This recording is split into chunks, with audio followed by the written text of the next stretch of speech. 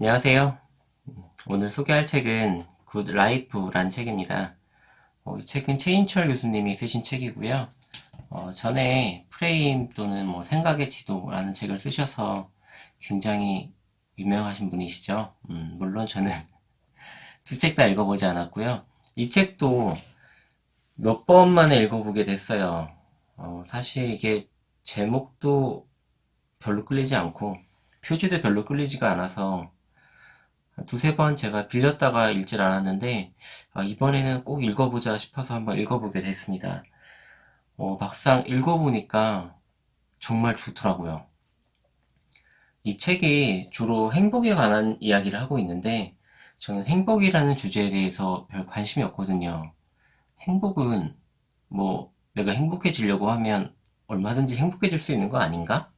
이런 생각을 갖고 있었어요.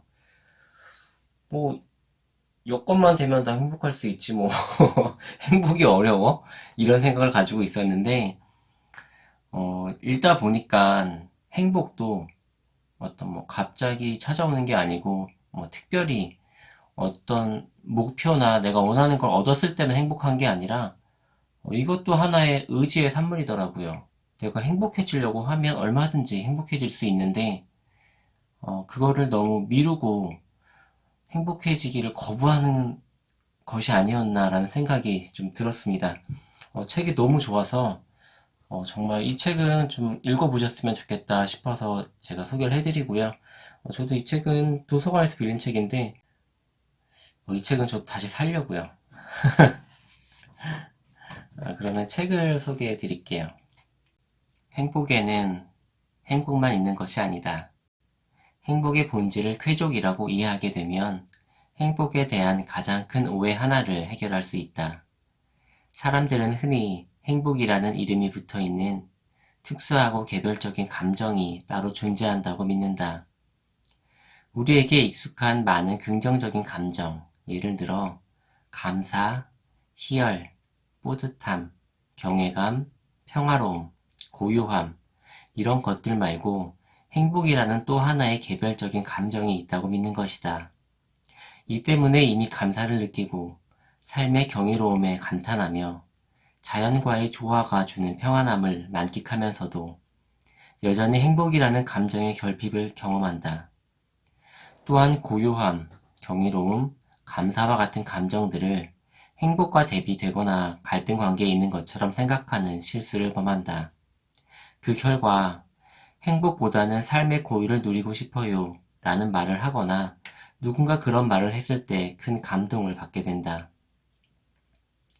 행복을 쾌적으로 이해하게 되면 행복한 감정이란 외따로 존재하는 개별적 감정이 아니라 우리를 기분 좋게 하는 다양한 감정 모두를 지칭한다는 것이 분명해진다. 쾌가 단 한 가지가 아니라는 점은 유쾌, 상쾌, 통쾌와 같은 다양한 표현을 보면 자명해진다. 우리는 감사해서도 기분이 좋고 영감을 받아서도 기분이 좋으며 고요하고 평화로워서도 기분이 좋다. 기분 좋은 감정의 색깔은 기본적으로 매우 다양하다. 행복을 실제로 측정하는 방법을 자세히 들여다보면 이 점이 더욱 분명해진다. 심리학에서는 행복한 감정을 측정할 때에는 PANAS라는 도구를 가장 빈번하게 사용한다. Positive and Negative Affect Schedule 이라는 내용입니다. PANAS는 일정 기간 동안 한 개인이 경험한 긍정 감정과 부정 감정의 정도를 측정하는 도구다. 여기에 포함된 긍정 감정 10가지와 부정 감정 10가지는 다음과 같다. 긍정 감정, 관심 있는, 신나는, 강인한, 열정적인, 자랑스러운, 정신이 맑게 깨어있는, 영감받은, 단호한, 집중하는, 활기찬. 부정감정, 괴로운, 화난, 죄책감 드는, 겁에 질린, 적대적인, 짜증난, 부끄러운, 두려운, 조바심 나는, 불안한. 행복한 감정 상태를 측정하는 20가지 감정을 들여다보면 놀랍게도 행복하다는 감정이 포함되어 있지 않음을 발견할 수 있다. 불행하다는 감정 역시 포함되어 있지 않다.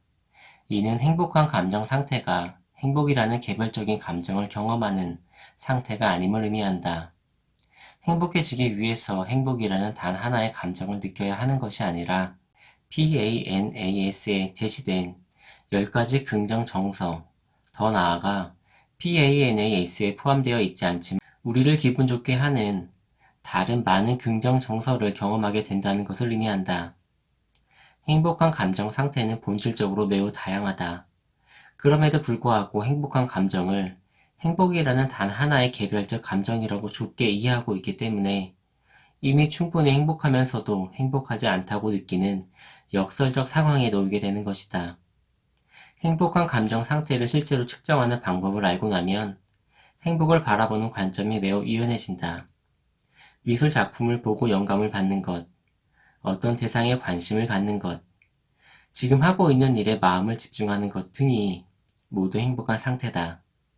많은 연구는 우리가 충분히 행복을 누리지 못하는 이유로 단 하나의 옳은 길이 있다고 생각하는 경직된 사고를 꼽는다. 예를 들어 가능한 행동의 선택지를 극소수로 제한해 놓은 문화, 다시 말해 엄격한 행동 규범이 존재하는 문화의 구성원들이 느슨한 문화의 구성원들보다 낮은 행복감을 경험한다. 개인적 자유가 억압되고 있기 때문이다. 이런 관점에서 볼 때 행복한 감정을 경험하기 위해서 행복이라는 어떤 특수하고 개별적인 감정을 경험해야만 한다고 생각했던 경직된 사고가 우리의 행복을 억압했을 수도 있음을 짐작할 수 있다. 어쩌면 우리는 이미 만족하고, 이미 감사하고, 이미 고요하고, 이미 즐거우면서도 여전히 행복이라는 파랑새 같은 감정을 경험해야만 한다는 숙제를 안고 살아왔는지도 모른다. 쾌적으로 행복을 이해할 때 얻게 되는 또 하나의 값진 깨달음은 행복이 철저히 일상적이라는 깨달음이다. 행복을 행복이라는 단어를 통해서만 이해하게 되면 일상에서 발견하기 어려운 복을 우연히 발견해야 한다고 생각하기 때문에 일상을 벗어나서 아주 특별하고 신비로운 것을 추구해야 한다고 생각하기 쉽다. 그러나 행복이 좋은 기분과 만족, 그 정도라면 그걸 가능케 하는 것들이 도처에 널려 있음을 알게 된다. 예컨대 기분을 좋게 하는 것이라면, 그리고 내 삶에 만족을 더 해주는 것이라면 아이의 웃음소리, 여름밤의 치맥, 시원한 산들바람, 멋진 문장들, 상사의 예상 밖의 유머, 잘 마른 빨래 냄새, 이적의 걱정 말아요 그대, 부처럼의 낮잠, 여행, 무라카미 하루키, 미세먼지 없는 청명한 날씨 등등 그 리스트에 끝이 없다. 이것들은 다 우리 일상에 있는 것들이다. 행복은 철저하게 일상적이다. 고통이 없어야 행복이라는 오해. 세계에서 가장 유명한 이모티콘인 스마일리는 1963년 미국의 디자이너 하비 볼에 의해 만들어졌다. 한 보험회사가 직원의 사기 진작을 위해 그에게 의뢰한 일로 그는 단돈 45달러를 받고 10분 만에 이 디자인을 완성했다. 그 후로 스마일리는 50년이 넘도록 행복의 전 지구적 상징이 되었고 수많은 이모티콘과 캐릭터가 넘쳐나는 요즘에도 행복을 기원하는 가장 유용한 도구로 사용되고 있다. 이렇듯 전 세계의 웃음과 행복 전도사 역할을 해온 스마일리는 다른 한편 원치 않는 방향으로 행복에 관한 오해를 키워왔다. 행복이 스마일리와 연합되면서 행복은 항상 즐거운 상태일 것이라는 생각들이 강해지기 시작했다. 고뇌와 고통, 좌절과 실망, 분노와 슬픔 등 고통스러운 감정은 무조건 기피의 대상이 되었고 어떤 상황에서도 스마일리와 같은 미소를 머금어야 진정한 행복이라는 부담감이 생겨났다. 이는 행복이 과도한 감정노동과 자기 기만을 요구하고 궁극적으로는 자기로부터 자기가 소외되는 현상을 초래한다는 비판을 불러일으켰다. 긍정의 배신이라는 책에서 저자 바버라 에런라이크는 극심한 고통 가운데 있는 사람에게 무조건 행복할 것을 요구하는 행복운동을 신랄하게 비판하고 있다. 다수의 철학자와 심리학자도 인간의 부정 감정을 극복의 대상으로만 규정한 나머지 고통으로부터 성장할 기회를 박탈하는 무분별한 행복운동에 대해서 경고하고 있다. 이런 비판과 경고는 겸허하게 받아들여야 한다. 그러나 그 비판과 경고의 일정 부분이 행복에 대한 오해에서 비롯되었다는 점도 알아야 한다. 행복, 즉 쾌적의 상태는 고통의 완전한 부재를 의미하지 않는다. 행복한 감정 상태는 부정적인 감정들과 긍정적인 감정들의 상대적인 비율로 측정된다. 부정적인 감정 경험보다 긍정적인 감정 경험이 더 많은 때를 행복한 상태라고 이야기할 뿐이지, 부정적인 감정 경험이 전혀 없어야만 행복하다고 결코 정의하지 않는다. 고통에도 뜻이 있다는 말처럼 인간의 부정적인 감정은 매우 중요한 가치를 지니고 있다. 생존이 위협받는 상황에 빠른 속도로 대처하기 위해서는 공포라는 감정을 즉각적으로 느껴야 한다. 중요한 목표가 결정적인 순간에 방해를 받는 상황에서는 분노라는 감정을 경험해야만 즉각적으로 그 상황을 해결할 수 있다. 고통을 경험해야 할 상황에서 고통을 경험하지 않는 것은 정상적인 상태가 아니다. 더 나아가 고통은 우리를 성장시키는 힘을 가지고 있다. 행복이 고통의 완벽한 부재 상태일 것이라는 생각은 완벽하게 틀린 생각이다. 그것은 마치 완벽한 결혼 생활이란 부부싸움을 한 번도 하지 않는 것이라고 기대하는 것과 같다. 특정 유전자가 특정 현상 하나에만 관여한다고 주장하기는 불가능에 가깝다. 더욱이 어떤 유전자가 구체적인 질병이나 행동으로 발현되는 과정에는 수많은 환경적 요인이 관여한다. 따라서 유전자와 유전자 사이의 복잡한 상호작용, 유전자와 환경의 복잡한 상호작용을 감안하면 유전과 환경 중 무엇이 더 중요한가라는 이분법적 질문은 도널드 헵의 주장처럼 마치 가로와 세로 중에 무엇이 더 사각형 넓이에 기여하는 정도가 큰가 라고 묻는 것과 같다. 어떤 유전자를 가지고 있다는 것은 그가 처한 환경과 노력에 상관없이 특정 질병이나 특성을 갖게 되는 운명을 가지고 태어났다는 점을 의미하지 않는다. 유전자 정보를 분석하는 것은 우리의 미래와 행복을 알려주는 무오류의 신탁이 될 수 없다. 그럼에도 불구하고 유전자 결정론이 빠른 속도로 우리 사회에 퍼지고 있는 점에 대해 우려하지 않을 수 없다. 유전이 운명이 아니라는 점을 이해하기 위해서는 유전과 환경이, 그리고 유전자들이 서로 매우 복잡한 상호작용을 한다는 점을 이해하는 것이 우선적으로 필요하다. 이 이해를 바탕으로 추가적으로 한 가지를 더 알아야 하는데, 이 내용이야말로 행복과 유전의 관계에 대한 모든 오해의 원천이다. 유전을 운명으로 받아들이게 되는 큰 이유는 유전율과 변화 가능성이라는 두 가지 개념을 혼동하기 때문이다. 유전율이란 어떤 특성에서 나타나는 개인들 간의 차이가 그들의 유전적인 차이에 의해서 설명되는 정도를 의미한다. 이는 철저하게 집단 내의 개인차에 관한 개념이다. 한 개인의 절대 점수에 관한 개념이 결코 아니다. 이와 달리 변화 가능성은 한 개인의 특성이 변화될 수 있는 정도를 의미한다. 집단 내 개인차와 유전의 관계를 다루는 유전율과 한 개인의 변화를 의미하는 변화 가능성은 애초부터 전혀 관계가 없는 개념이다. 키를 예로 들어 설명하면 이 둘 사이의 구분이 좀 더 명확해진다. 인간의 키는 유전율이 가장 강한 특성 중 하나다.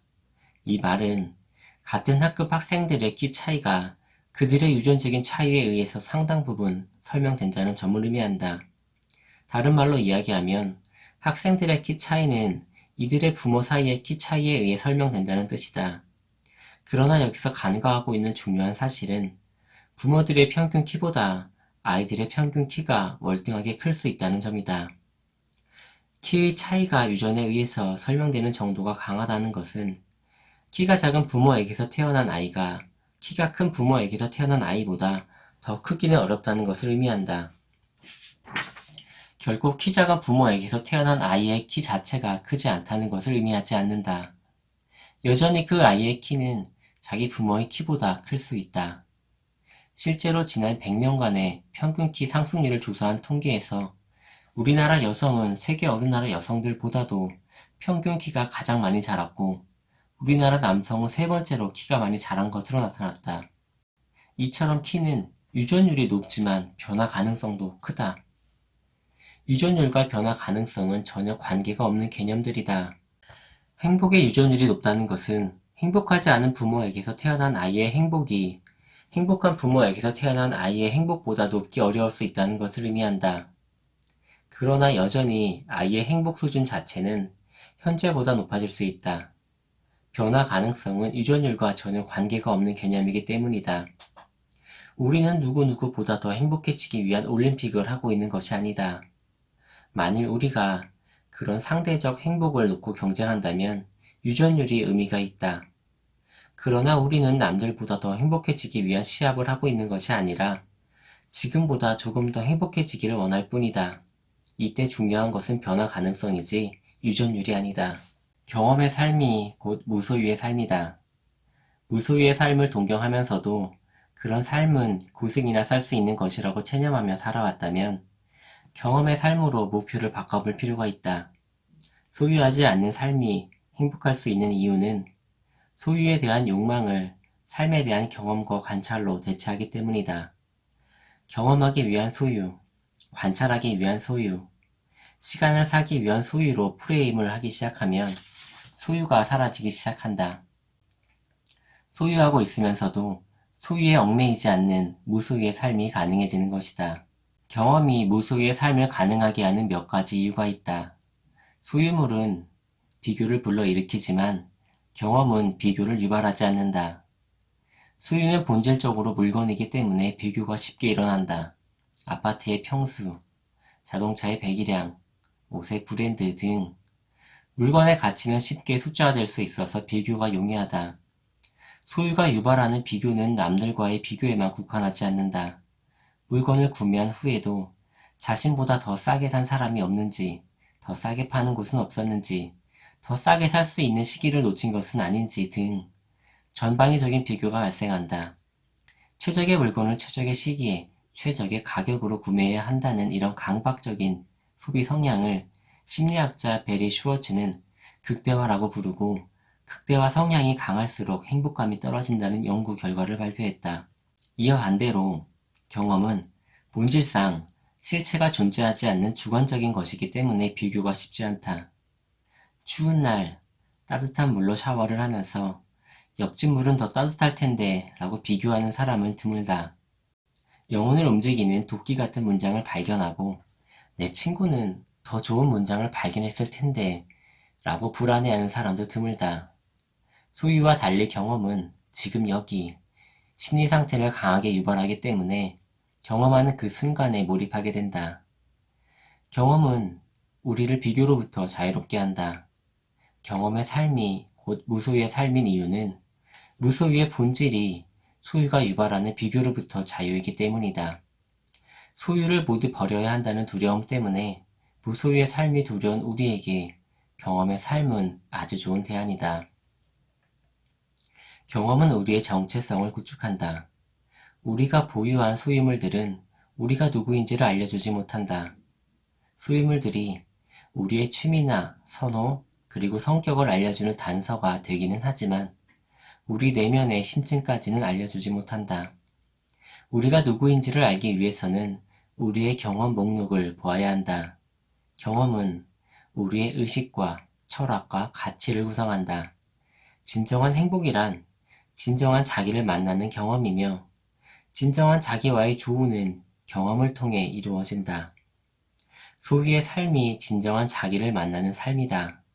행복한 사람은 자신의 소유 리스트를 늘리는 사람이 아니라 자신의 경험 이력서를 빼곡하게 채워나가는 사람이다. 경험은 이야깃거리를 제공한다. 소유가 대화의 주제가 되면 그 대화는 불편해지기 시작한다. 소유는 비교를 유발하기 때문에 소유에 대한 대화는 관계를 위협한다.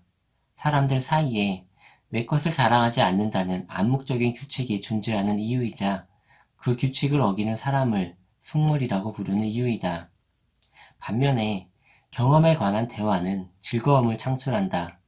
행복에 관한 연구들은 경험을 나누는 수다, 특히 좋은 사람들과 맛있는 것을 먹으며 경험을 나누는 수다가 최고의 행복이라는 점을 반복적으로 보여준다. 돈으로 경험을 산다는 것은 결국 돈으로 이야깃거리를 산다는 것이다. 이야깃거리는 관계를 전제로 하기 때문에 경험이 제공하는 이야깃거리는 관계를 강화시킨다. 우리는 함께 경험하기를 원한다. 설사 혼자서 한 경험이라도 수다를 통해 그 경험을 나누기를 원한다. 친구와 함께 백화점에 간 경우에 사려는 물건이 서로 다르면 헤어져서 각각 쇼핑을 한 후에 만나기도 한다. 그러나 등산을 함께 간 친구들이 서로 좋아하는 봉우리가 다르다는 이유로 헤어져서 각각 다른 봉우리를 등산하고 내려와 만나는 경우는 드물다. 경험은 소유보다 훨씬 더 관계 지향적이다. 행복하지 않는 사람은 소유의 영역에서 살면서 비교하지 않으려고 결심만 한다. 행복한 사람은 애초부터 비교가 일어나지 않는 경험의 영역에서 살아간다. 행복하지 않은 사람은 소유를 늘려 타인을 위협하지만 행복한 사람은 경험을 늘려 관계를 강화한다.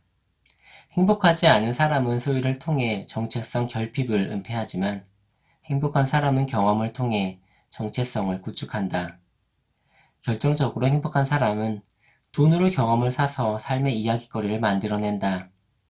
그들은 장식거리보다는 이야깃거리가 우리를 훨씬 더 행복하게 한다는 점을 잘 알고 있다. 부자들은 남들도 부자인 줄 안다. 그래서 밥이 없으면 빵을 먹으라고, 빵이 없으면 케이크를 먹으라고 친절하게 조언한다. 체력이 좋은 사람들은 남들도 체력이 좋은 줄 안다. 그래서 쉽게 피곤해하는 사람을 이해하지 못한다. 의지가 박약하기 때문이라고 면박을 주기도 한다. 나이가 들어가는 것이 좋은 이유는 이들이 비로소 체력이 안 좋은 사람을 이해할 수 있게 되기 때문이다. 병을 공유해야만 심정을 공유할 수 있는 법이다. 코카콜라를 좋아하는 사람은 남들도 그런 줄 안다. 그래서 펩시콜라를 좋아하는 사람을 이해하지 못한다. 공부를 잘하는 사람은 공부를 못하는 사람을 이해하지 못한다. 개를 키우는 사람은 남들도 개를 좋아한다고, 아니 좋아해야 한다고 생각한다. 이렇듯 자기 중심성의 리스트에는 끝이 없다. 심리학이 발견한 인간의 가장 큰 특징이 자기 중심성이다. 인간은 자신이 세상의 보편적 존재라고 믿고 싶어 한다. 자기의 생각, 기호, 가치, 정치적 성향이 지극히 상식적이며 다른 사람들에게도 널리 공유되어 있다고 믿고 싶어 한다. 상식적으로 그게 말이 돼? 하면서 의견이 다른 사람을 비난하는 행위는 정상성에 대한 강렬한 욕망의 표출이다. 상식을 들먹이는 이유도 상식적인 나와 비상식적인 소수를 구분하기 위함이다. 이 세상은 나를 포함한 상식적인 다수와 비상식적인 소수로 이루어져 있다고 믿는다. 심리학 연구에 따르면 정상과 상식적 인간에 대한 욕망은 관계 편중성에 의해 확대 재생산된다. 공부 잘하는 사람들은 자기들끼리 어울리고 자기들끼리 그룹 과외를 한다. 잘생긴 사람들은 잘생긴 사람들끼리 어울려 다닌다. 선거 때마다 당선 가능성이 희박한 후보들이 난립하는 이유도 각자의 주변에는 자신을 지지하는 사람들만 있기 때문이다. 그래서 남들도 자신을 지지하는 줄로 착각하기 쉽다. 개표 후에 생각보다 표가 안 나왔다고 놀라는 후보는 많아도 생각보다 표가 많이 나왔다고 놀라는 후보는 언제나 드물다. 우리의 생각이 잘 바뀌지 않는 이유는 주변 사람들이 바뀌지 않기 때문이다. 누군가의 의식이 바뀌었음을 확인할 수 있는 가장 확실한 방법은 그가 어울리는 사람들이 바뀌었는지를 확인해 보는 것이다. 아직도 그때 그 사람들을 만나고 있다면 그의 생각은 아직 그대로일 가능성이 높다. 관계 편중성은 지리적 편중성과 밀접하게 관련되어 있다. 부자들은 부자 동네에 모여 산다. 대학 캠퍼스에는 최소한 대학 재학 이상의 사람들이 모여 있다. 가난한 사람이 부자 동네에 사는 경우는 드물고 고졸자가 대졸 이상의 고학력자들과 한 공간에서 지속적으로 교류하는 일은 흔치 않다. 관계의 지리적 편중성은 필연적으로 의식의 편중성을 유발할 수밖에 없다. 자기 중심적 사고를 하는 이유는 자기와 비슷한 사람들과 어울리기 때문이고 자기와 비슷한 사람들과 어울리는 이유는 그들과 지리적으로 근접해 있기 때문이다. 많이 가진 자, 많이 오른 자, 많이 배운 자들과만 평생을 어울려 산 사람은 아무리 합법적이고 객관적인 것처럼 보여도 세상을 보는 시각이 편중될 수밖에 없다. 인간의 격이란 관계의 편중성이 가져오는 의식의 편중성을 의식하고 자기 중심성에서 벗어나려는 노력을 멈추지 않는 것에 있다. 일부러 부의 수준, 교육 수준, 인종, 성별이 다른 사람들과 자주 교류하려는 사람, 다양한 모임 속에 자신을 집어넣어서 관계 편중성으로 인한 의식의 편중성을 극복하려는 사람이 품격 있는 사람이다. 의도적으로 자신의 지리적 한계를 벗어나려고 하는 사람은 멋진 사람이다. 관계의 지리적 편중과 의식의 편중을 극복하기 위해서는 만나는 사람과 삶의 공간을 바꿔야 한다. 결심만으로는 의식을 바꾸는 것이 쉽지 않다. 현대 경영의 구루이자 사상적 리더인 오마이 게니치 역시 인간을 바꾸는 세 가지 방법으로 공간을 바꿀 것, 만나는 사람을 바꿀 것, 그리고 시간을 바꿀 것을 제안한 바 있다. 우리 사회에서 삶의 지리적 공간을 바꾸는 일은 고작 부동산 투자나 자식 교육을 위한 삼천지교로만 치부되고 있다. 지리적 공간을 바꾸는 일이 자신이 접하는 사람을 바꾸는 일이고 그것을 통해 의식의 지평을 넓히는 일이라는 인식을 가질 필요가 있다. 이사를 하기 가장 좋은 시기란 집값이 떨어지는 시기가 아니라 자신의 생각을 바꾸고 싶을 때여야 한다. 이런 생각을 가진 사람들 곁에서 사는 삶은 그 자체가 축복이다. 좋은 글이나 좋은 삶은 형식의 제약도 받지 않는다. 좋은 글은 소설에서도 시에서도 수필에서도 그리고 논문에서도 발견된다. 삶도 그렇다. 각자의 직업이 무엇이든 좋은 삶을 살 수 있다. 길이와 형식에 상관없다면 어떤 글을 좋은 글로, 어떤 삶을 좋은 삶으로 만드는 힘은 무엇일까? 하나는 생명력이다. 생명력 있는 글이 좋은 글이고 생명력 있는 삶이 좋은 삶이다. 생명력 있는 글이란 불필요한 부사가 많이 쓰이지 않는 글이다. 미국의 작가 스티븐 킹은 지옥으로 가는 길은 부사로 덮여있다 라고 하면서 불필요한 부사의 남발에 대해 경고한 바 있다. 작가가 자신의 주장에 자신이 없을 때 불필요한 수식어를 남발하게 된다. 부사를 내세워 자기 주장을 정당화하려고 한다. 좋은 삶도 그렇다. 불필요한 부사들을 주렁주렁 매달고 사는 인생은 생명력이 없다. 필요 이상의 권력, 부, 명품, 이미지 등이 인생의 부사들이다. 그래서 부사를 한번 남용하기 시작하면 걷잡을 수 없이 부사의 수가 늘어나듯이 인생이 부사에 의지하기 시작하면 걷잡을 수 없이 그 수가 늘어난다. 결국 생명력이라고는 전혀 느낄 수 없는 그저 그런 글과 그저 그런 삶이 되고 만다. 좋은 글과 좋은 삶의 두 번째 특징은 톤이다. 지나치게 강한 어조의 글은 독자들의 자유를 침해한다. 독자들의 상상력도 제한한다. 때로 그런 단정적인 글은 글쓴이의 지적 오만이나 지적 무지를 드러내기도 한다. 학자들의 글도 마찬가지다. 세계적인 저널에 논문을 투고했을 때 단번에 심사를 통과하는 경우는 매우 드물다. 연구 방법론의 한계나 분석의 오류 때문이기도 하지만 때로는 글 자체의 문제이기도 하다. 심사자들이 단골로 지적하는 것이 문장의 톤이다. 글의 어조를 낮추어 달라고 톤 다운을 늘 요청한다. 연구의 증거가 아무리 강력해 보이더라도 그 결과가 100% 옳다고 확신하기는 어렵다. 다른 방법으로 실험했을 때도 동일한 결과가 나오리란 보장이 없어서다. 연구자들의 해석만이 유일한 해석이라는 보장은 더더욱 없다. 증거는 최대한 치밀하고 확실하게 갖추되 주장은 유연해야 좋은 논문이 된다. 좋은 삶도 그렇다. 아무리 자기 확신이 강하더라도 지나치게 단정적인 어조로 삶을 살아가면 주변 사람들이 불편해진다. 자유의 침해를 경험하기 때문이다. 아무리 확신에 찬 주장이라 할지라도 더 나은 주장이 존재할 가능성은 늘 존재한다. 옳고 그름의 문제가 아니라 다름의 문제인 경우에 자신의 주장만을 고집하는 것은 의식의 편협함을 드러낼 뿐이다. 유연한 삶이 곧 타협하는 삶은 아니다. 아무리 옳은 주장이라 하더라도 지나친 확신으로 타인을 몰아붙이는 것은 타인의 자율성을 침해하는 행위이며 궁극적으로 상대의 행복을 위협하는 행위이다.